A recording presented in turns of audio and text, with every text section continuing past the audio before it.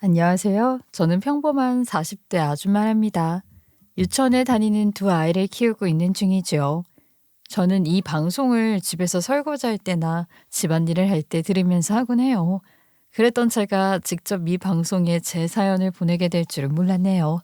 아마 결혼하신 분들은 다 공감하겠지만 결혼을 하고 나면 생판 모르는 사람이나 아니면 정말 달갑지 않은 사람과도 가족이라는 이름으로 묶이게 되잖아요. 그런 가족의 굴레에서 원치 않는 일을 겪어야 할 때도 있고 말이죠. 저 역시 그런 일들 때문에 이래저래 고생을 좀 한 편이기도 해요. 하지만 가족이라고 다 같은 가족인가요? 그리고 아무리 가족이라 할지라도 넘지 말아야 할 선이 있는 것 아니겠어요?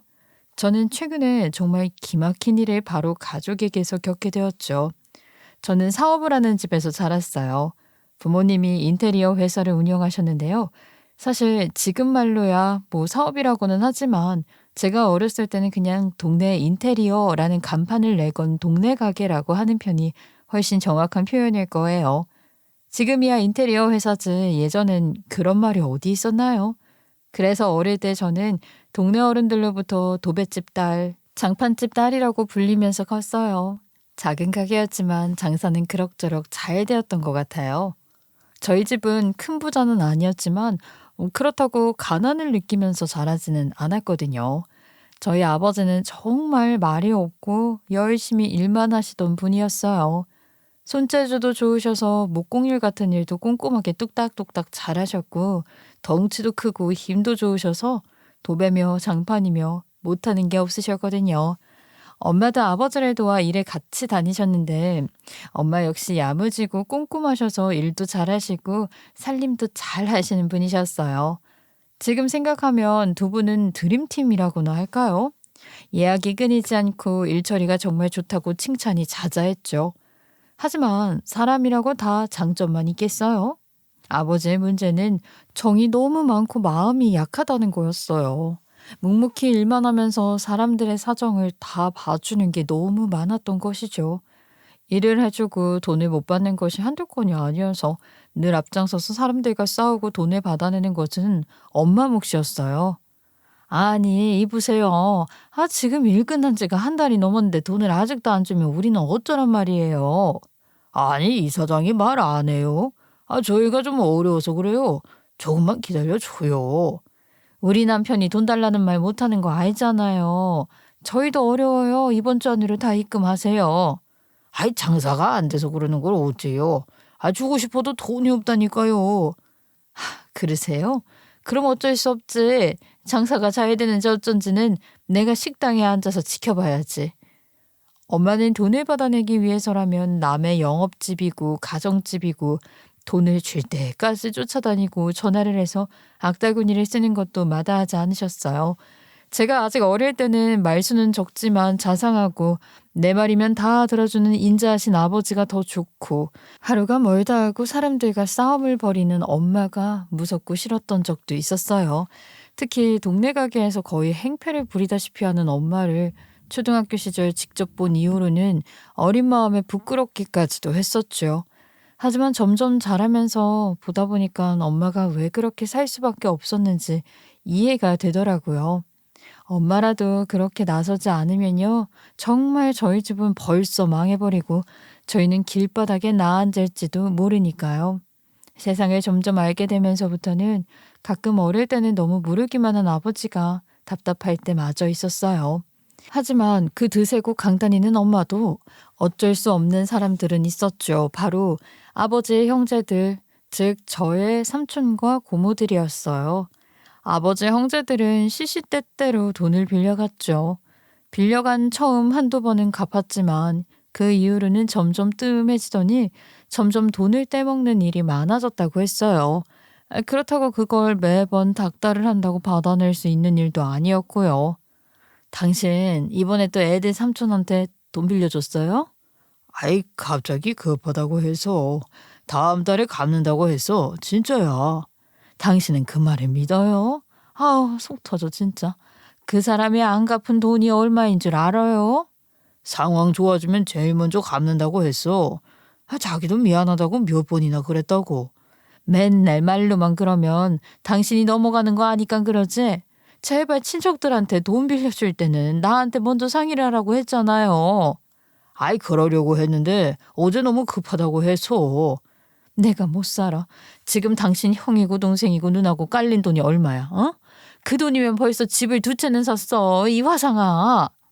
아무리 엄마가 바가지를 긁어도 그때뿐 늘 마음이 약했던 아버지는 본인 누나나 동생이 전화를 해서 죽는 소리를 하거나 형이 부탁을 하면 엄마 몰래 돈을 빌려주시는 일이 한두 번이 아니었어요. 그리고 그 형제들은 전부 짠 듯이 돈을 갚는 둥 마는 둥 떼먹기가 대반이었고요.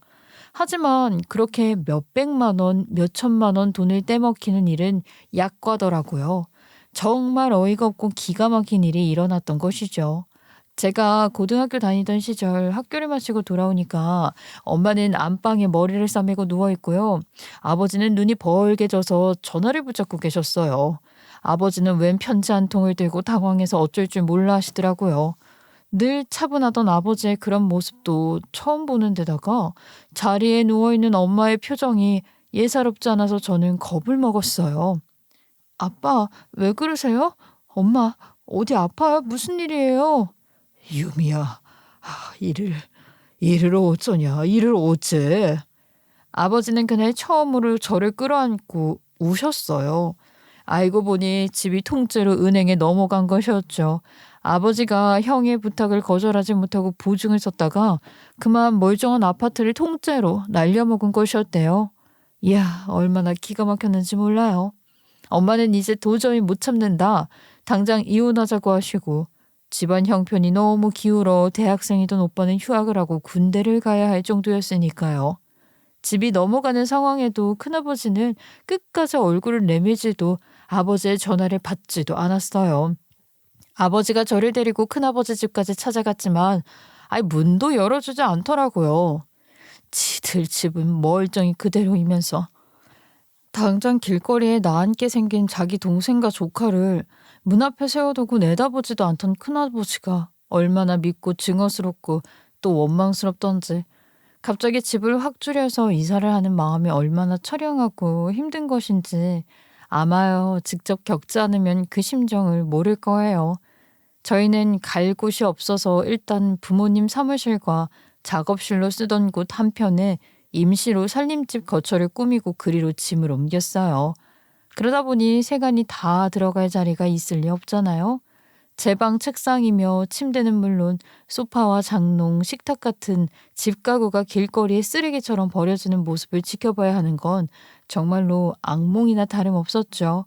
오빠가 군대에 가고 나서 저희는 한 일주일 가까이 사무실 한편에 이불을 깔고 살았어요. 그러다 엄마가 도저히 다 큰 딸내미 데리고 여기서는 못 살겠다 해서 저만 데리고 빌라 월세를 얻어서 들어가셨죠. 그리고 아버지에게 그러셨어요. 나 이 월세 보증금도 없어서 친정에 가서 돈 꿔왔거든. 지금 이 상황이 누구 때문인 것 같아? 내가 정말 미안해. 고작 그런 소리가 다야? 미안하다는 말도 지겨워 죽겠어. 나는 유미랑 여기서 살 테니까 당신은 사무실에서 살아. 꼴도 보기 싫으니까. 그래, 그럴게. 그리고 이혼해. 나 당신 같은 인간이랑 도저히 못 살아. 알겠어? 그런 말을 하는 엄마는 화도 내지 않으시고 언성을 높이시지도 않으셨어요. 정말 오만정이 다 떨어진다는 표정으로 차분하기만 하셨죠. 저는 그때야 사람이 정말 큰 실망과 분노에 휩싸였을 때는 냉정해진다라는 걸 알았어요. 그리고 그게 더 무서운 상황이라는 것도 알게 되었죠. 당연한 일이지만 아버지는 그 일로 큰 충격을 받으셨어요. 정작 자기 집을 날린 형도 형이지만 자기 처자식은 길바닥에 나앉게 생겼는데 그동안 그렇게 도와줬던 형제 중 그 누구도 자신을 도와주는 이가 단 한 명도 없었으니까요. 그 이후로 아버지도 많이 변하셨죠. 이혼을 하자 도저히 못 산다 했던 엄마에게는 아버지가 싹싹 빌어서 겨우 용서를 받고 다행히 화해는 하셨어요. 그리고 그 이후로 아버지는 형제들과 아예 일절 연락을 끊고 사셨고 그 뒤로는 단 한 푼도 도와주는 일이 없으셨죠. 비 온 뒤 땅이 굳는다라고 했던가요? 그 이후로는 다행히 큰 부침 없이 두 분은 잘 사셨어요. 집이 경매로 넘어가기는 했지만 어떻게 하셨는지 엄마가 법정으로 쫓아다니면서 돈도 일부 받으셨고 큰아버지에게 소송도 걸어서 돈도 어느 정도는 변제를 받으셨다고 하시더라고요. 그래도 저희가 받았던 충격과 상처 그리고 금전적 피해 보상을 전부 다 보상받을 수는 없었어요. 여보, 정말 미안해. 내가 죄인이야. 유미야, 아빠가 정말 미안하다. 그 미안하다는 말 좀 그만하고 미안할 일을 좀 만들지 마. 다시 한번 이런 일 생기면 나 그때는 절대 용서 안 해. 걱정 마. 그런 일 다시는 없어. 이제 나에게 아무도 없어. 우리 애들이랑 당신밖에 없다고. 흐이, 그 말은 다음 주에 정민이 면회 나가. 잘난 아빠 덕에 일찍 군대 가서 고생이랑 고생은 다 하네 우리 아들. 아버지는 그 이후로는 묵묵히 일만 하셨어요. 그리고 엄마에게 더 자상하게 대해주셨고요. 두 분이 열심히 일하셔서 예전만큼은 아니지만 제가 대학에 들어가고 나서는 살림도 어느 정도 회복되었어요. 제가 대학교 2학년 때에는 이전처럼 다시 아파트로 이사도 하고 저도 다시 번듯한 제 방을 가지게 되었으니 말이죠. 그런 우여곡절을 겪으면서 저희 가족은 조금 더 끈끈해졌다고 할 수 있어요. 아버지는 그 이후로 정말 저희 가족만 생각하면서 살았고 저희는 더 똘똘 뭉쳤으니까요. 오빠도 제대를 하고 대학을 졸업한 뒤로는 아버지 가게를 도우면서 같이 일을 다녔고요. 저 역시 그런 와중에도 공부를 놓지 않았어요. 열심히 공부해 대학에 진학을 하고 대학을 졸업해서 디자인 회사에 취업을 했죠. 아버지는 평소 취미로 그림을 그리셨는데 어디서 배우신 적도 없었지만 그 실력이 상당하셨어요. 저와 오빠는 아버지를 닮아서 그런지 미술에 조금 소질이 있었거든요. 그래서 오빠도 그 소질을 살려 실내 인테리어를 전공했고 저도 실내 디자인을 전공했거든요. 저희는 그렇게 힘든 시간을 무사히 잘 보내고 열심히 일을 하면서 살았죠. 오빠가 아버지와 같이 일을 하기 시작하면서 오빠는 동네 작은 인테리어 가게에 불과했던 곳을 본격적인 인테리어 회사로 키웠어요. 여기저기 인터넷으로 홍보도 하고 일이 조금 커지면서는 여러 분야의 직원들도 고용을 해서 다양한 일을 하기 시작한 것이죠. 전 당시 상품 디자인이나 홍보물을 디자인하고 만드는 디자인 회사를 다니기는 했지만 틈틈이 아버지와 오빠 일을 조금씩 도와주었어요. 일이 많은 날이면 주말에 아버지 회사로 가서 밤을 새야 하는 날도 가끔은 있었지요. 그렇게 바쁘게 살다 보니까 남자 만날 겨를이 어디 있었겠어요. 대학을 다닐 때 짧게 연애 2번 한 이후로 회사를 다니면서는 그저 일에만 파묻혀 살았어요. 그때 저희 회사에는 오랜 거래처 직원분이 한 분 계셨어요. 저와 직접적으로 일을 해야 해서 거의 매주 만나 회의를 하기도 하고 제가 거래처에 나가 검수를 하기도 했죠. 그 거래처는 저희 회사와 아주 오래 거래를 한 곳이었어요. 저희가 최 부장님이라고 부르는 그 직원분과 저희 회사 사장님이 아주 어릴 때부터 알던 사이라 하더라고요. 그래서 사장님이 저희 회사를 차리면서 그 거래처와 처음으로 거래를 트게 되었고 그것이 지금까지 이어진 것이고요. 그 최 부장님과 저는 그런 대로 잘 지냈어요. 저보다 나이는 한참 많았지만 일 경험과 경력이 훨씬 긴 분이었기 때문에 저는 늘 깍듯하게 대해드렸고 그분 역시 저를 좋게 보셨죠. 그러다 한 번은 연말을 맞아서 전부 다 모여 회식을 한 적이 있었어요. 워낙 평소에도 사장님과 저희 친한 사이다 보니 그 부장님도 그 회식에 참여를 하셨고요. 그런데 그 자리에서 느닷없이 그러시더라고요. 이들이 남자친구 없죠? 사귀는 사람은 없다고 그랬죠? 네, 없어요. 그러면 내가 소개팅을 좀 시켜줄까 하는데 어때요? 소개팅 해요. 저를요? 아유, 괜찮아요. 왜? 이대리 연애하는 거 한 번도 못 봤어. 그냥 해. 그래. 이대리 안 할 거면 저요. 부장님, 저 시켜주세요. 처음에는 별 생각이 없었어요. 거기에 거래처 부장님이 만드는 자리라고 하니까 솔직히 부담스러워서 별로 내키지 않더라고요. 하지만 주변 사람들이 워낙 권하는 데다 서로 나를 시켜달라. 안 된다. 이대리 자리다. 이런 이야기가 오가다 얼결에 제가 하게 되었죠. 그렇게 나간 자리에서 저는 남편을 만났어요. 첫인상은 너무 평범하더라고요. 단정한 외모에 단정한 옷차림. 남편은 평범한 회사원으로 조용하고 성실한 사람처럼 보였어요. 이유미 씨라고 하셨죠? 저는 최진수예요. 만나서 반갑습니다. 아, 네, 저도요. 날이 더워서 시원한 커피를 시킬까 하는데 괜찮으세요? 배가 고프지 않으시면 일단 커피 마시면서 이야기 좀 하다가 식당으로 갈까 해서요. 그 사람은 모든 것을 미리 준비해 놓고 저를 기다리고 있었어요. 큰 재미가 있거나 첫 만남에 전기가 찌지직 통하거나 한 건 아니었지만 저는 그런 세심한 배려가 너무 좋았어요. 대화 내용도 차분하고 담담했죠. 어찌 보면 조금 재미없고 답답한 사람이라고 할 수도 있었지만 저는 그런 잔잔한 모습이 좋더라고요. 절대 변하지 않을 것 같은 안정감이 느껴진다거나 할까요? 첫 만남 이후 그 사람은 저에게 적극적으로 호감을 표시해서 저희는 곧 연인으로 발전했어요. 성격도 잘 맞고 이야기도 잘 통하는 편이라 연애도 순조로웠죠. 제가 워낙 인테리어나 디자인 관련 일을 해서 생활도 불규칙하고 일이 몰릴 때는 주말도 없이 일을 하면서 살잖아요. 그러다 보니 규칙적으로 움직이고 규칙적으로 생활하는 남자친구가 전 참 좋았던 것이죠. 그렇게 사귀는 도중 전 놀라운 사실을 알게 되었어요. 저에게 이 사람을 소개해준 거래처 부장님이 바로 남자친구의 형이더라고요. 그러니까 그 부장님은 바로 자기 친동생을 저에게 소개시켜줬던 거였어요. 최 부장님이 자기 형일 줄은 짐작도 못했어. 심지어 닮지도 않았잖아. 우리 형은 아버지를 닮고 난 엄마를 좀 닮은 편이라. 아니, 근데 형이 소개팅 해준다고 해서 나온 거야? 꼭 나가보라고 하더라고. 정말 괜찮은 아가씨가 있다고 어찌나 그러던지. 우리 형 역시 안목은 보통이 아니었어. 알고 보니 최 부장님과 남자친구의 성격은 정반대였어요. 성격도 호탕하고 사교성도 좋았던 최 부장님과 달리 남자친구는 숫기도 없고 소심하고 조용한 사람이었거든요. 거기에 고지식한 면이 있어서 이러다 노총각으로 늙어 죽을까 걱정이 되었던 형이 저를 소개시켜 준 것이라 하더라고요. 고지식한 성격답게 남자친구는 조용하고 말이 별로 없기는 했지만 뭐랄까 은근한 고집 같은 것이 있었어요. 그리고 형과 나이 차이가 많이 나서 그런지 형의 말이라면 무조건 다 믿고 그대로 다 따르는 것이 조금 문제이긴 했어요. 공부도 엄청 잘해서 명문대 나오고 직장도 좋은 똑똑한 사람이었지만 뭐랄까 그런 부분은 좀 보통 사람보다 모자라 보인다고나 할까요?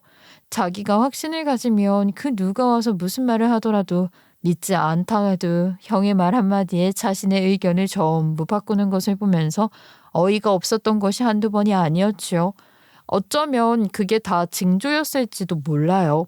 제가 조금만 물러서서 객관적으로 판단을 했다면 그런 태도가 분명 나중에는 문제가 될 것이라는 걸 예상할 수도 있었겠지요. 하지만 지금 당장 사랑에 눈이 먼 저에게 그런 점이 문제라고 보일 리가 있었겠어요? 게다가 형과 관련된 것만 빼면 남자친구는요, 늘 자상하고 변함없는 태도로 저를 사랑해주는 사람이었어요. 전 그야말로 당시 남자친구에게 푹 빠져 있었기 때문에 그런 이상한 징후들은 어쩌면 알게 모르게 무시했던 것 같아요. 뭐 알았다고 했다 하더라도 그런 성격이 나중에 결혼을 하면 우리 결혼 생활에 어떠한 영향을 미칠지 당시에 제가 어떻게 알았겠어요. 저희는 그렇게 2년 정도 잘 만나다가 결혼을 준비하게 되었어요. 남자친구네 집안은 아버지가 남자친구 어릴 때 돌아가시고 어머니만 계셨어요. 남자친구의 형이 어머니를 모시고 같이 살고 있었고요. 남자친구의 어머니도 아주 차분하시고 조용하신 분이셨지요. 제 입장에서는 그냥 조용하고 인자하신 할머니였어요. 남자친구의 집안에서 가장 큰 목소리를 내고 가장 발언권이 높은 사람은 바로 남자친구의 형, 최 부장님이었죠. 그간 어린 동생을 건사하고 어머니를 모시다 보면 그렇게 될 수밖에 없었을 것이라 전 이해하려 했어요. 저희 집에서도 남자친구를 좋게 봐서 저희 결혼에는 큰 장애는 없었고요. 하지만 막상 결혼을 하려니 남편은 모아놓은 돈이 별로 없었어요. 남편 직장 월급이 적은 것도 아니었고 저희가 사귀는 동안 돈을 허투루 쓰거나 낭비를 하는 걸 본 적도 없었기 때문에 저는 이해가 가지 않았죠. 미안한 말이긴 한데 그간 돈은 다 어쩐 거야? 적금 하나 든 것도 없어? 내가 오히려 미안하지. 사실 적금도 있었는데 형이 사업을 시작하면서 좀 보태느라 다 해지했어. 거기에 그동안 내가 생활비를 대기도 했고. 생활비를 자기가 다 댔다고? 아니, 최 부장님 사업 자금도 자기가 다 댄 거야? 사업 잘 되면 다 갚는다고 약속했어. 처음에 사업할 때 그 투자 비용이 좀 많이 들잖아. 그리고 사업이 어느 정도 될 때까지는 생활비도 잘 못 가져오고 해서. 한숨이 절로 나오더라고요.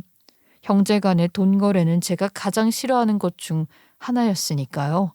아니, 저희 가족 모두 형제끼리 돈 거래를 하는 것에 노이로제가 걸릴 정도로 싫어하잖아요. 그걸 다시 남자친구에서 듣게 되는데 너무 싫고 징그러웠어요. 하지만 어쩌겠어요? 남자친구의 형은 저희가 연인이 되어 연애를 하는 기간에 자신이 있던 회사를 나와서 자신의 사업체를 차리면서 독립을 했어요. 사업이 그럭저럭 되기는 했지만 그렇다고 잘 되는 것은 아니었지요. 그나마 오래 거래를 했던 제 회사에서 일을 좀 주었기 때문에 꾸려지는 정도에 불과했어요. 그런 사정을 제가 뻔히 다 아는데 어쩌겠어요? 형은 사업이 시원치 않은데 딸린 처자식에 노모도 있어서 거기에 돈을 보태느라 모은 돈이 없다는데 전 그냥 이해하고 넘어가기로 했죠. 그래서 신혼자금 대출을 받아서 집을 얻고 그럭저럭 살림도 장만을 하기로 했어요. 각자 혼수며 예단은 생략하기로 하고 반지도 그냥 금반지 하나씩만 맞춰서 끼기로 했고요. 하지만 보태준 것 하나 없는 형은 그것부터가 불만이더라고요. 아유, 내가 소개해서 둘이 결국 결혼까지 하기로 했으면 이대로 넘어가면 안 되는 거 아니에요? 네? 넘어가다니요? 제가 그래도 그 옷값 하시라고 형수님에게 돈 보내드렸는데. 아이, 거참 생판 모르는 남도 중매 섰다 결혼하면 비싼 양복 한 벌은 해줘요. 근데 우리는 가족인데 그걸로 끝나면 이거 경우가 없는 거예요. 경우라뇨. 저희 사정 다 아시잖아요. 저희 그냥 예단 혼수 다 생략하기로 했어요. 아니, 누구 마음대로? 그거는 또 안 되지요. 저희 어머니에게도 예단 제대로 해오셔야지. 이거 그냥 넘어가시려고 하네. 진짜 어처구니 없는 요구에 기가 차더라고요. 제가 표정이 떨떠름해 하면서 대꾸를 안 하자 제 면전에 대고 그러더군요. 재수 씨, 저 이제 회사 거래처 부장 아니고 재수 씨 시숙이에요, 시숙. 아니, 아주 어려운 사이가 되는 거라고요. 저희 가족 존중해 주셔야죠. 안 그래요? 진수 씨랑 그럼 상의 좀 해볼게요. 어이가 없었어요. 솔직히 바꿔서 말하면 남이라서 해주는 거지. 동생이랑 결혼을 하는 데다가 자기 사업 자금 되느라 돈 한 푼 없는 동생이랑 알아서 결혼을 한다면 오히려 고마워해야 하는 거 아닌가요? 저는 남자친구만 쥐잡듯 잡았어요. 그러면 뭐 하겠어요. 남자친구도 워낙 형이 무섭고 어려운 상태라 그런지 이렇다 저렇다 말도 제대로 못하더라고요. 전 홧김에 이 결혼 안 한다고 안 하고 만다고 질러버리고 집에 들어와서 펑펑 울었죠. 그랬더니 엄마가 저를 달래셨어요. 결혼하기 전에 책 잡힐 거 없어. 할 건 하고 그 다음에 큰 소리 치면 먹히니까 걱정 마. 우리가 그런 건 못 해줄 집안도 아니고 대신 너도 해달라고 해라. 싫어. 나 결혼 안 해. 다 그만둘 거야. 에이구, 이런 것 때문에 결혼 없는다고 하면 진짜 엎을 거야. 이런 것도 다 이겨내고 사는 게 결혼이야. 아유, 이 철딱선이야. 그냥 해갈 거 해가고 받을 거 받아. 결국 저는 그 형님이 원하는 예단을 해갔어요. 그리고 악착같이 예물을 다 받았죠. 물론 남자친구가 너무 고맙다고 다 해준 것이기는 하지만요. 시댁으로 예단이 들어가던 날 예비 시어머니는 제가 사온 그릇이며 이불을 보더니 너무 좋아하시더라고요. 아유, 어쩜 이렇게 이불이 곱니? 이 때깔 봐라. 큰애야, 너도 봤니? 너무 무겁구나. 요즘 이불이 다 거기서 거기지. 뭘 그리 좋다 하세요. 다 좋아요. 아니, 이거는 달러. 막내야, 참 좋은 거 잘 골랐구나. 고맙다. 저는 그 와중에도 트집을 잡는 남자친구의 형과 그 아내를 보면서 이를 삐죽이고 말았어요. 부창부수라고 남자친구의 형도 삐딱했지만 손이동서가 되는 그 아내도 뭐 그리 말을 곱게 하는 스타일은 아니었거든요. 그러고 있는데 갑자기 시어머니가 방으로 들어가시더니 작은 보자기에 곱게 싼 것을 가져와 풀어 보이시더군요. 그 안에는 좋게 10돈 가까이 되어 보이는 굵은 금팔찌가 하나 들어 있었어요. "이거 막내 넣어 주려고 내가 챙겨 놨다." "아이 우리가 해준 것도 없는데 내가 어떻게 이걸 전부 그냥 받겠니. 이거 가져가서 이쁜 목걸이나 하나 해라." 아니에요 어머니. 저 괜찮아요." "아니야, 아니야. 우리 챙겨주는 네 마음 씀씀이가 고와서 그래. 이거 니네 시아버지 살아가실 때 내가 받은 건데 안 그래도 막내 며느리 들어오면 주려고 했어. 내가 줄 것이 이것밖에 없어서 미안하다." 처음에는 짜증나서 투덜대며 시댁으로 간 거였는데 예비 시어머니가 그렇게 말씀하시니까 제 마음이 그만 눈 녹듯 풀리더라고요.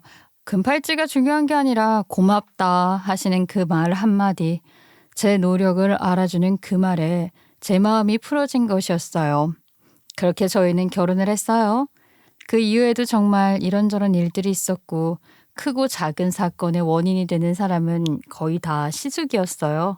정말 시어머니나 시아버지도 아니고 시숙이 설치는 경우는 처음이라고 엄마며 제 친구들도 전부 고개를 절레절레 저었지만 저는 시숙이니 일단 결혼을 하고 나면은 저희의 결혼 생활에는 큰 영향이 없을 것이라 생각을 했어요. 그것이 얼마나 어리석은 판단이었는지 깨닫기까지는 오래 걸리지도 않았지만 말이죠. 처음 결혼을 해서 한동안은 저희는 그런대로 잘 살았어요. 하지만 여전히 시숙이 문제였죠. 사람이 사업을 하면 정말 피나는 노력을 하면서 열심히 일을 해야 하잖아요. 하지만요, 시숙은 그냥 제가 다니는 회사인 주요 거래처만 믿고 사업을 대충 하는 느낌이 강했어요. 거기에 독립을 하고 자신이 사장이 되고 나서는 회사 직원들과의 마찰도 늘어났죠. 당시 저는 다른 팀으로 옮겨간 상태였는데 직원들의 말을 들어보니까 가관도 아니었어요. 저희 회사가 발주처인데 절대로 회사의 요구대로 일을 하는 법이 없다고 하더군요. 무조건 힘들거나 까다로운 작업은 받지 않으려고 하고 또 아무리 디자이너가 우겨도 자기 고집대로 그냥 일을 하는 적이 많다고까지 했어요. 이번 작업물 너무 이상해서 저 팀장님에게 완전 혼났잖아요. 시안 미리 확인해보지. 시안과도 달랐어? 완전히요. 그때는 사장님이 검사하셨고 이번에는 저희 팀에 바로 왔거든요. 그런데 오탈자도 있고 난리도 아니에요. 어머 어떡해. 그런데 문제는 최 사장님이에요. 자기 고집을 절대 안 깎아요. 저희 요구대로 절대 작업 못한다고 이러는데 진짜 미치겠어요. 이렇게 일이 안 풀려서 화가 난 직원이 다른 곳으로 발주를 하거나 그 회사로 가는 일을 줄여버리면 시숙은 또 저희 회사 사장님에게 찾아가 하소연을 하기도 하고 그 다음에 한두 번 정도는 일을 열심히 해준다 하더라고요. 그러다 다시 거래를 트게 되면 또 그 일이 반복되다 보니 직원들도 지쳐서 포기를 하는 것 같았고요. 그렇다고 제가 뭐라고 해결할 수 있는 상황도 아니었어요. 직원 편을 들면서 시숙과의 관계를 끊으려고 할 수도 없었고 그렇다고 가족이라고 일을 엉망으로 하는 시숙 편만 무조건 들 수도 없으니까요. 물론 그러다 사업이 조금 힘들어지면 시숙은 남편에게 이야기를 해서 돈을 융통해 갔어요. 시숙에게 남편은 언제나 필요한 만큼 돈을 꺼냈으면 되는 마이너스 통장이라고나 할까요? 진짜 이번에도 또야? 대체 이게 몇 번째야? 이번에 물품 대금 값이 없대. 마침 적금 하나 만기되잖아. 형이 꼭 갚는다고 했어. 대체 언제? 날짜나 확실히 약속을 좀 받고 빌려주던가. 이게 늦어지면 우리도 빚이 생기는 거 알기는 해. 알아. 최대한 빨리 갚는다고 했어. 형이 언제 돈 빌려가서 안 갚는 거 봤어? 아무리 늦어도 다 갚긴 갚잖아. 그게 문제가 아니란 거 알잖아. 이러다 우리도 빚더미에 앉을 판이라고. 네, 물론 돈을 갚기는 했어요. 문제는 그 돈을 갚는 때가 당장 다음 달이 될지, 2달, 석 달 후가 될지 아니면 6개월을 더 기다려야 할지 모른다는 거였죠. 저희 역시 상황이 뻔하잖아요. 둘이 맞벌이를 하기는 하지만 매달 주택 대출금도 내야 했고 간간히 시어머니 용돈도 드려야 했고 적금에 공과금, 차비에 식비를 제하고 나면 남는 것이 거의 없었어요. 그래서 겨우 모아놓은 돈을 형이 톡톡 털어가고 나면 현타가 오더라고요. 게다가 돈 이야기는 얼마나 자주 하는지 시숙은 제 남편을 거의 ATM 기기 취급을 했어요. 자기 회사 직원들 월급 날짜가 되거나 거래처 돈 줘야 하는 날짜가 되었는데 돈이 없으면요. 망설이는 기색 하나 없이 무조건 돈을 달라는 연락이 왔죠. 어떨 때는 너무 당당해서 혹시 맡겨놓은 돈이 있었나 싶었던 적도 있었다니까요. 그러면서 언제 자기가 돈을 떼먹은 적이 있냐고 했지만 아니 그거는 기본 아닌가요? 돈을 빌려갔으면 당연히 갚는 거잖아요. 자기가 늘 갚았으니 돈 빌려달라고 당당하게 말하는 이유가 그게 맞나요? 그리고 아무리 돈을 갚는다 하더라도 언제까지고 돈을 빌려달라고 계속 줄 수는 없잖아요. 그러다 제가 아이를 가지게 되어서 회사를 잠시 휴직하게 되었어요. 그 다음에 아이를 출산하고 육아휴직에 들어가는데 시어머니가 아이를 너무너무 이뻐하시고 또 아끼시더라고요. 제가 육아휴직 중이라 아이를 돌보며 내내 집에 있으니까 시어머니는 자주 저희를 보러 집으로 아이를 보러 오고 싶어 하셨어요. 제가 아이를 낳은 게 늦가을이었는데 한겨울에 제가 갓난자기를 데리고 시댁까지 갈 수가 없었거든요. 한 대 있는 차는 평일에는 남편이 출퇴근용으로 쓰고 주말에도 종종 근무를 하다 보니 저희는 자주 시어머니를 뵈러 갈 수가 없었어요. 상대적으로 출퇴근 시간이 약간 여유가 있는 시숙이 가끔은 시어머니를 모시고 올 수도 있었지만 시숙은 그것도 정말 귀찮아했어요. 어쩌다 집에 오는 날도 시어머니의 한창 뛰어다니고 말썽 부리는 아이 둘까지 데리고 와서 거실에 뿌려놓고 자기는 방으로 들어가 한참을 잤어요. 그러다 배가 고프면 슬슬 거실로 나왔죠. 아유, 잘 잤다. 아, 애들 점심 먹었어요? 어머니는요? 지금 밥 차리려고요. 국 끓여놓은 거 있어서 그걸로 점심 먹으면 될 것 같아요. 아이, 뭔 밥이에요. 그냥 그 짜장면이나 좀 시키고 애들 탕수육이나 시켜주세요. 아니면 그 돈가스도 좋고. 얘들아, 니들도 그거 먹고 싶지? 돈가스, 탕수육 좋아요. 나는 짬뽕 곱빼기로 하나 시켜줘요. 어머니는 그냥 울면이나 그런 거 시키시면 되고. 아, 무슨 외식을 하러 나온 가족인지 올 때마다 이거 시켜달라 저거 시켜달라. 그렇게 점심을 먹고 빈 그릇 하나 치우지도 않고 누워서 잠만 잤는데요. 아, 정말 비호감이었어요. 말도 안 듣고 집안을 뛰어다니며 정신없이 만드는 시조카들도 괜히 미웠고요. 그러다 큰애를 낳고 복직을 하기도 전에 그만 둘째가 생겨버렸어요. 딱 12개월 차이 연년생으로 아이를 가지게 된 거였죠. 그런 상황에서 또 휴직계를 내고 일을 계속하기도 그렇고 육아휴직이 끝나고 당장 아이들 육아도 문제이기도 해서 전 남편과 상의 끝에 결국 회사에 사표를 내게 됐어요. 당장 외벌이가 된 데다가 식구는 늘어나게 생겼으니 저는 시숙에게 이제 돈을 돌리는 일은 앞으로 힘들 것 같다고 했어요. 시숙은 당연히 섭섭해하더라고요. 하지만 뭐 어쩌겠어요. 이제 저희 식구도 먹고 살아야 하는 거 아니겠냐고요. 저는 모른 척 했어요. 그랬더니 시숙이 뭐라고 했는지 남편도 섭섭해하면서 헛소리를 하더라고요. 형에게 앞으로 돈 빌려주는 건 못한다고 했다며? 이제 하려고 해도 해줄 돈도 없어. 우리 외벌이에 애가 둘이야. 나도 알아. 근데 그걸 굳이 그렇게 말로 냉정하게 해야 해? 안 하면 또 어물쩡 부탁하고 당신은 또 홀린 듯이 돈 보낼 거잖아. 아니야? 좀 부드럽게 할 수도 있잖아. 아무리 그래도 우리 형인데 왜 그렇게 매몰차게 대할 수가 있어. 이러는데 어찌나 기가 막히던지. 그렇게 퇴직을 하고 퇴직금을 받았더니 시숙에게서 연락이 왔어요. 아유, 제가 진짜 미안한데 갑자기 돌던 돈이 막히니 좀 힘들어서 그래요. 진짜 마지막이니까 딱 한 달만 목돈을 좀 빌려줄 수 없을까요? 목돈이라뇨? 저한테 그런 목돈이 어딨어요. 퇴직금 받았잖아요, 재수씨. 갑자기 돈이 안 들면 어떻게 되는지 알잖아요. 퇴직금 그거 딱 한 달만 쓰고 돌려줄게요. 그러고 나면 진짜 앞으로는 괜찮을 것 같아요. 저도 그때 뭐에 홀렸던 것 같아요. 갑자기 사업하는 사람 돈줄을 끊었나 싶은 생각도 들고 남편도 사정을 하는 통에 저는 결국 돈을 시숙에게 또 빌려줬던 것이죠. 퇴직금에 이것저것 모아놓은 돈까지 해서 총 3,500만 원이었어요. 어차피 그 목돈을 당장 쓸 곳이 있는 것도 아니었고 곧 아이 낳고 키우는 동안에 돈이 급한 것도 아니니 이참에 시숙에게 선심 쓰고 털어버리자 하는 마음도 있었던 것 같아요. 곧 저는 둘째를 낳고 두 아이를 키우느라 정신없는 시간을 보냈지요. 물론 시숙은 한 달 만에 돈을 갚지 않았어요.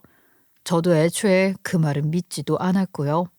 그저 재촉을 할 때마다 다음 달에 또 다음 달에 그러기에 저도 정신이 없고 해서 그냥 넘어간 것뿐이죠. 그렇게 둘째 돌잔치가 다가오는데 문득 그런 생각이 들더라고요. 시숙이 딱 한 달만 쓰겠다는 기간이 거의 2년 넘게 지나가 버린 것을 말이에요. 그래서 둘째 돌 무렵에 저는 아주버님에게 언제 돈을 갚을 수 있냐고 물었어요. 하지만 대답을 안 하고 딴소리만 하더라고요. 저는 빨리 해결해달라고만 하고 전화를 끊었어요. 하지만 기가 막힌 것은 그 이유였지요. 아주버님이 전화도 받지 않고 저희를 피하는 겁니다. 둘째 돌잔치 겸 식사 자리에도 나타나지 않았어요. 형님 말로는 뭐 급한 일이 생겼다고 하는데 그 속이야 뻔했죠. 그날 저녁 기가 막힌 제가 남편에게 어떻게 할 거냐 따지자 남편이 화를 버럭 내며 이러는 겁니다. 아우 씨 짜증나 죽겠네. 아 그러면 네가 받아낼 자신 있으면 해봐. 이렇게 나오시겠다 이거지. 저는요 이참에 시숙이며 남편이며 형님 식구들까지 전부 다 제대로 손을 봐줘야겠다는 생각이 들었어요. 그날 제가 가장 열이 받았던 건 제 전화는 받지도 않고 아무리 그래도 둘째 조카의 돌잔치인데 얼굴을 보이지도 않는 시숙 때문이기도 했지만 그 형님 때문이기도 했어요. 뭐 자기 남편 보고 돈 갚으라고 하는 상황이니 형님도 제가 꼴 보기 싫었던 모양이더라고요. 그래서 제가 묻는 말에는 제대로 답도 안 하고 뚱한 얼굴로 애들만 데리고 와서는 오만 짜증을 다 부렸어요. 게다가 봉투는커녕요 돌반지 하나도 사오지 않았더라고요. 그렇게 애 둘만 달랑 빈손으로 데리고 와서는 밥만 먹고 가버렸던 거죠. 식구가 많은 것도 아니고 고작 우리 친정 식구들과 시댁 식구 몇 명이 다인데 아니 어떻게 그럴 수가 있는지 이해도 되지 않았고 또 용서도 되지 않았어요. 그래놓고 형님은 명품 옷에 명품 가방을 휘감고 애들도 전부 브랜드 옷으로만 전부 입혀오는 걸 보니까 참 말이 안 나왔어요. 남편도 이제는 구제불능이었지요. 저는 전부 다 포기하기로 했어요. 저는 바로 다음날 짐 싸서는 아이 둘을 데리고 택시를 불러 친정으로 갔어요. 그리고 아이들을 친정엄마에게 맡겨놓고 제가 다니던 회사로 갔어요. 그러니까 제가 아이를 낳기 전에 다녔던 회사이자 시숙이 하는 사업의 가장 큰 거래처이자 거의 유일한 거래처로 있는 그 회사 말이에요. 저는 회사 대표님과 미리 약속을 잡아 놓았어요. 평소에도 저를 아꼈던 회사 대표님은 오랜만에 만난 저를 아주 반겨주셨어요. 아이 유미 씨, 어쩜 애 낳고도 아직 처녀 같아. 아유 그런 말씀 마세요. 이제 애 둘 딸린 아줌마예요. 아줌마 좋아. 아줌마들이 책임감도 강하고 일도 잘하잖아. 유미 씨 다시 입사해라. 응? 저요? 그래. 일하고 싶으면 언제든 다시 일하러 와. 우리는 언제든 환영이야. 그날 저는 회사 대표님과 점심 식사를 하면서 이런저런 이야기를 많이 나누었어요. 그리고 다시 친정으로 돌아왔죠. 그날 저녁 남편이 퇴근해서는 집이 텅 비어 있는 걸 보고 당황을 하던지 전화에 아주 불이 나더라고요. 하지만 저는 한 통도 받지 않았어요. 그냥 문자 한 통만 보냈죠. 너는 아직도 네 식구가 누군지 제대로 모르는 것 같아. 다시 잘 생각해보고 어디에 붙어야 할지 결정해서 연락해. 싫으면 갈라지자. 이게 무슨 소리야. 유미야, 전화 좀 받아봐. 이러지 말고 이야기를 좀 하자.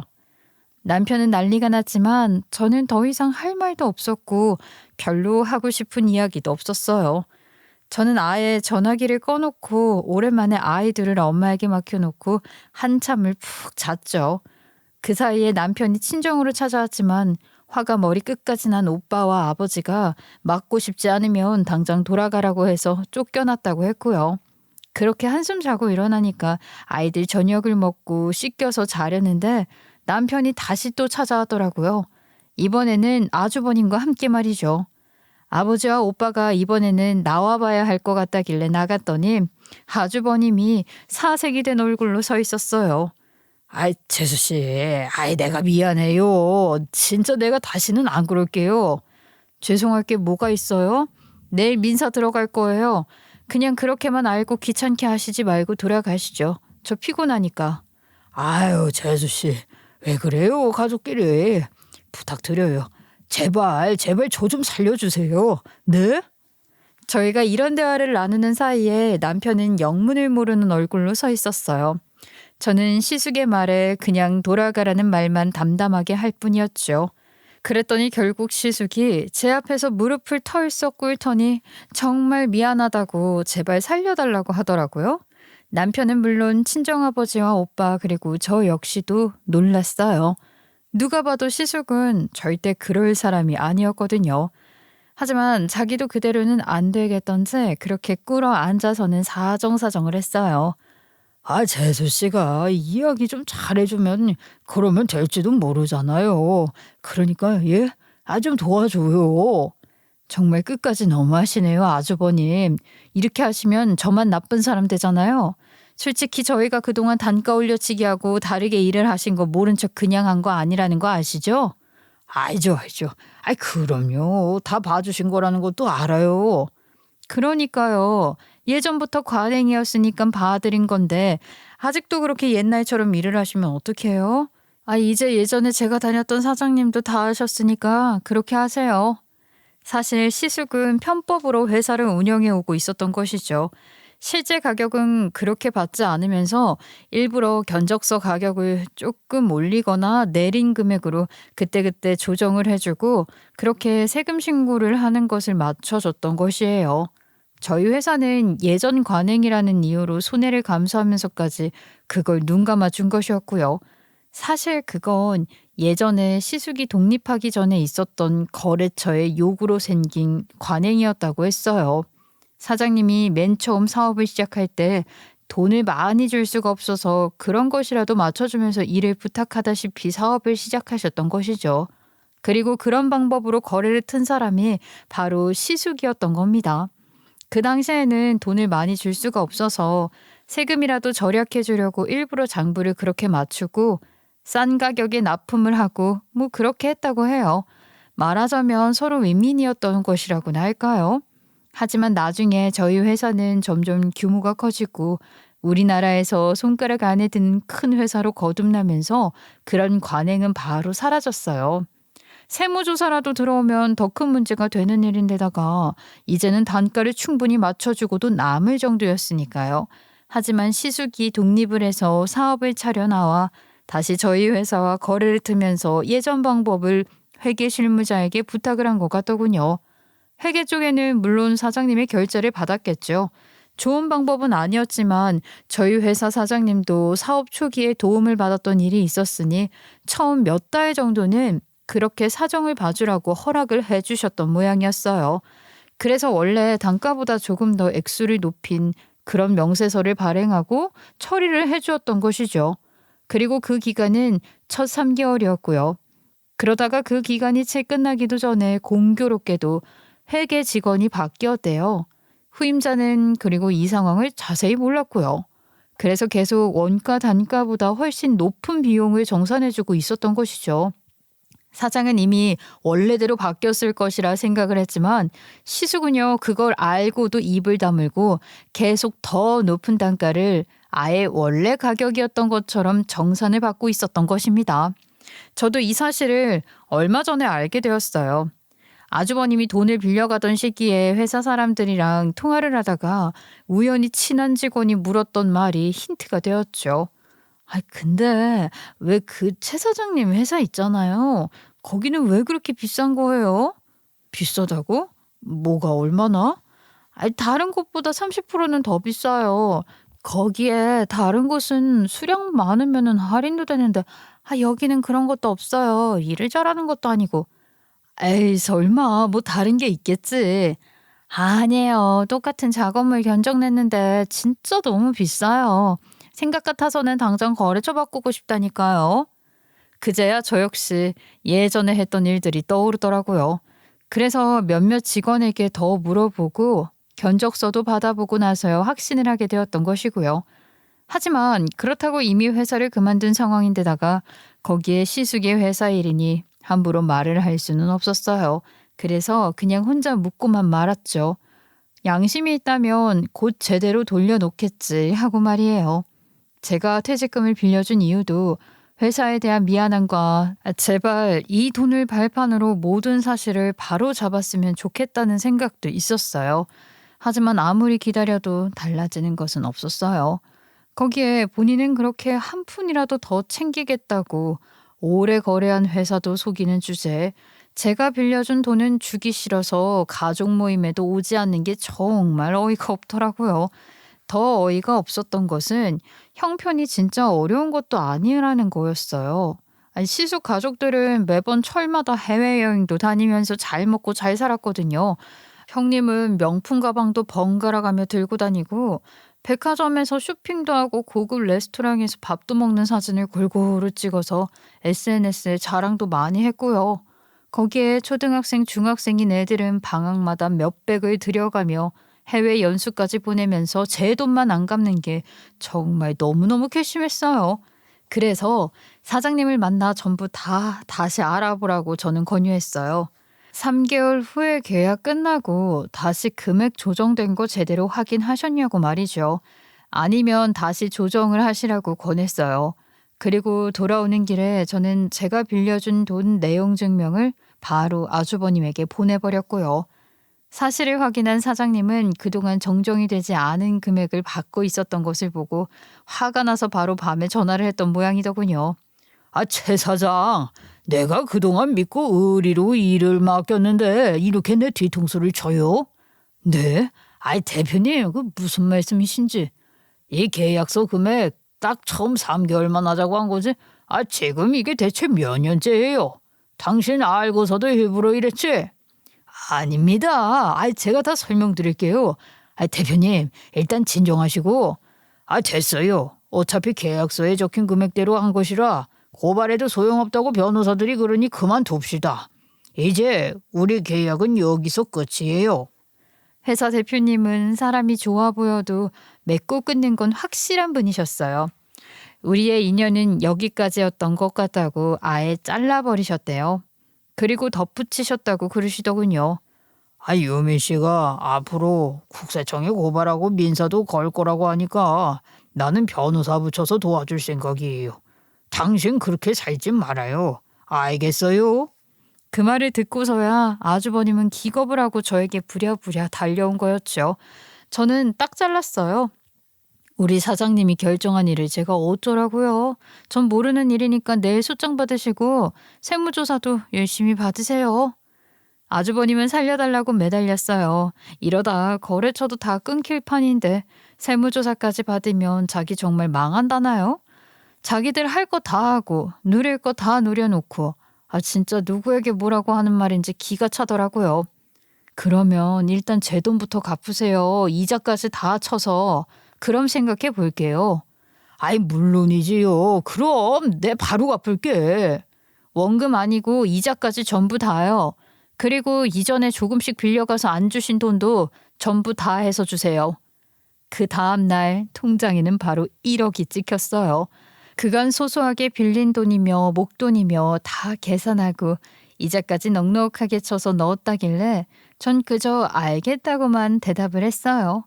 화끈한 금융치료로 저는 그제야 지긋지긋한 실속의 굴레에서 벗어날 수 있었어요.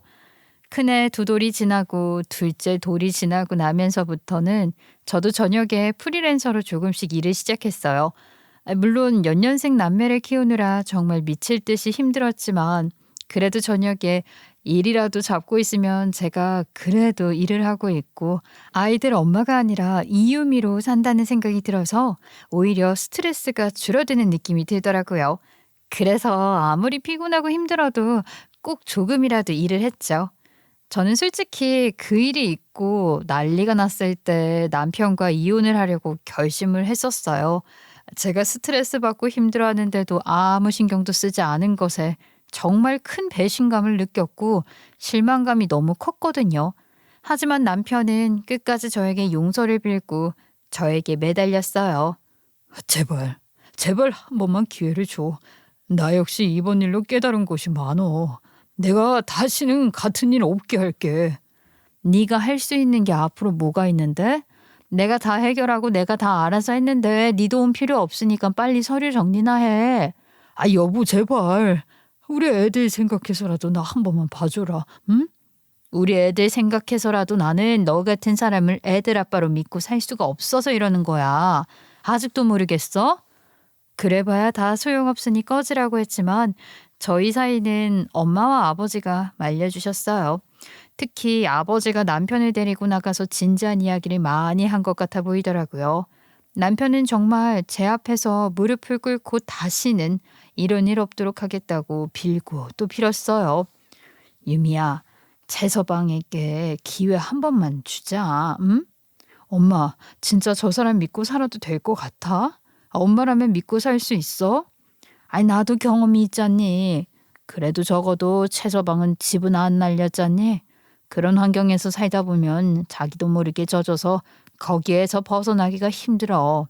네가 나오게 도와줘야지. 아이 몰라. 그러다 나까지 끌려다닐 것 같아. 너는 야무져서 절대 그럴 일은 없어. 네가 여기서 손 놓으면 최서방은 정말 혼자야. 애들 아빠잖니. 네가 잡아줘라. 엄마는 그래도 집은 안 날렸으니 니네 아버지보다야 낫다며 저를 달래주셨어요.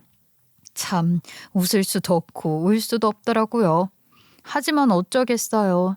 솔직히 아직 아기들도 어린데. 저는 남편을 결국 용서하고 받아들여 주었죠.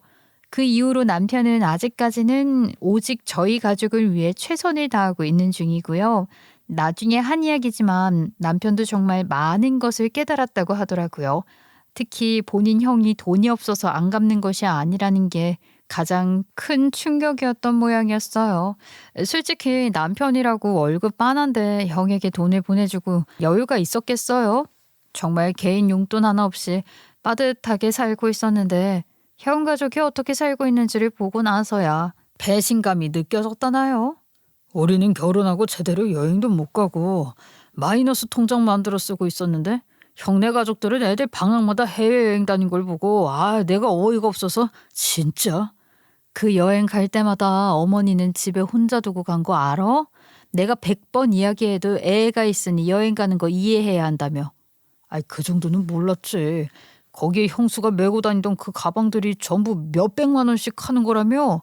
하유네. 몇백만 원 하는 가방에 옷에 아마 옷장 하나 털면 1억 가까이 할걸? 아유 정말 내가 병신이었지. 정작 내 마누라는 그런 가방 하나 없는데 나는 그것도 모르고. 남편은 진심으로 지난 날을 후회하고 또 후회하더라고요. 저는 그것만이라도 어디냐고 했죠. 저번 달에는 남편이요 자기 용돈으로 적금을 들었다며 만기가 되면 저한테 뭐 그런 가방 하나 사주겠다고 했으니 저 기대하고 있어요. 뭐 꼭 필요한 것도 아니고 그런 가방이 가지고 싶은 것은 아니지만 일단 저를 위해 해준다니 저는 다 받으려고요. 남편 형님네 가족은 큰 거래처가 끊긴 이후로 사정이 많이 어려워졌다고는 했어요. 그동안 제대로 영업도 안 뛰고 쉽게 돈 벌었다가 갑자기 여기저기 영업도 뛰고 단가 후려쳐가며 일을 하려니 힘이 들기는 하겠죠. 듣자 하니 형님도 잘나신 명품 가방도 전부 팔고 신발도 다 팔아가며 사는 중이라고 하던데 뭐 어쩌겠어요. 원래 사업하면 그렇게 힘들었다가 또 잘 됐다가 그러는 거 아니겠어요? 그게 싫으면 지금부터라도 열심히 노력을 하시면 되겠죠. 전 남편에게 그쪽 이야기는 듣고 싶지도 궁금하지도 않으니 전하지 말라고 했어요. 그래서 어쩌라고 도와주고 싶다는 거야? 도와주라는 거야? 아니야 그런 뜻. 엄마 뵈러 갔더니 그렇더라고 말을 하길래. 도와주고 싶으면 당신 돈으로 알아서 해. 대신 그 전에 이혼은 하고. 그런 뜻 아니라니까. 알았어. 다시는 형네 이야기 안 할게. 어머니 뵙고 올 거면 어머니 얘기만 해. 다음에는 모시고 와서 같이 식사나 하고. 저는 프리랜서 일을 그만두고 오빠와 아버지의 사업을 돕고 있는 중이에요. 인테리어 의뢰가 들어오면 견적과 단가에 맞게 디자인을 해서 고객들에게 설명할 수 있는 페이지와 홍보물을 만드는 일인데 일도 어렵지 않고 재미있어요. 무엇보다 집에서 아이를 키우면서 할 수 있는 일이라 저에게 딱 맞는 것이기도 하고요. 물론 사장님인 오빠가 월급도 밀리지 않고 잘해주시고 있어서 열심히 일을 하는 중이에요. 전에 근무하던 곳에서도 아이를 조금 더 키워놓고 나와달라고는 하시지만 아무래도 연년생 남매가 어느 정도 클 때까지 출퇴근을 하는 일은 걸리는 부분이 많기는 해서 거절했어요. 오빠 회사는 여차하면 애들을 데리고 친정에 뿌려놓고 사무실에 갈 수도 있고 하니 이보다 더 좋을 수가 없죠. 생각해보면 사람은 아무리 가족이라 할지라도 서로에게 지켜야 할 선과 또 지켜야 할 최소한의 도리라는 것이 있는 것 같아요. 특히 혈연 관계가 아닌 관계는 더 엄격하게 그 선을 지키고 자신의 자리에서 도리를 다해야겠죠. 그런 관계를 망가뜨리는 건 각자의 욕심과 이득을 챙기는 것 아닐까요? 무조건 손해를 보는 것도 아니지만 상대가 어떻게 되든 자신의 욕심과 이득만 챙기려고 해서는 결국 망가질 수밖에 없는 게 사람 관계니까요. 그래서요, 저는 이 선을 지키고 도리를 다하면서 저희 가족끼리 앞으로 잘 살아보려고 해요. 그러다 보면 더 행복해질 수 있겠죠? 저희 가족과 저희의 앞날에 많은 응원 부탁드릴게요. 제 긴 이야기 들어주셔서 감사합니다.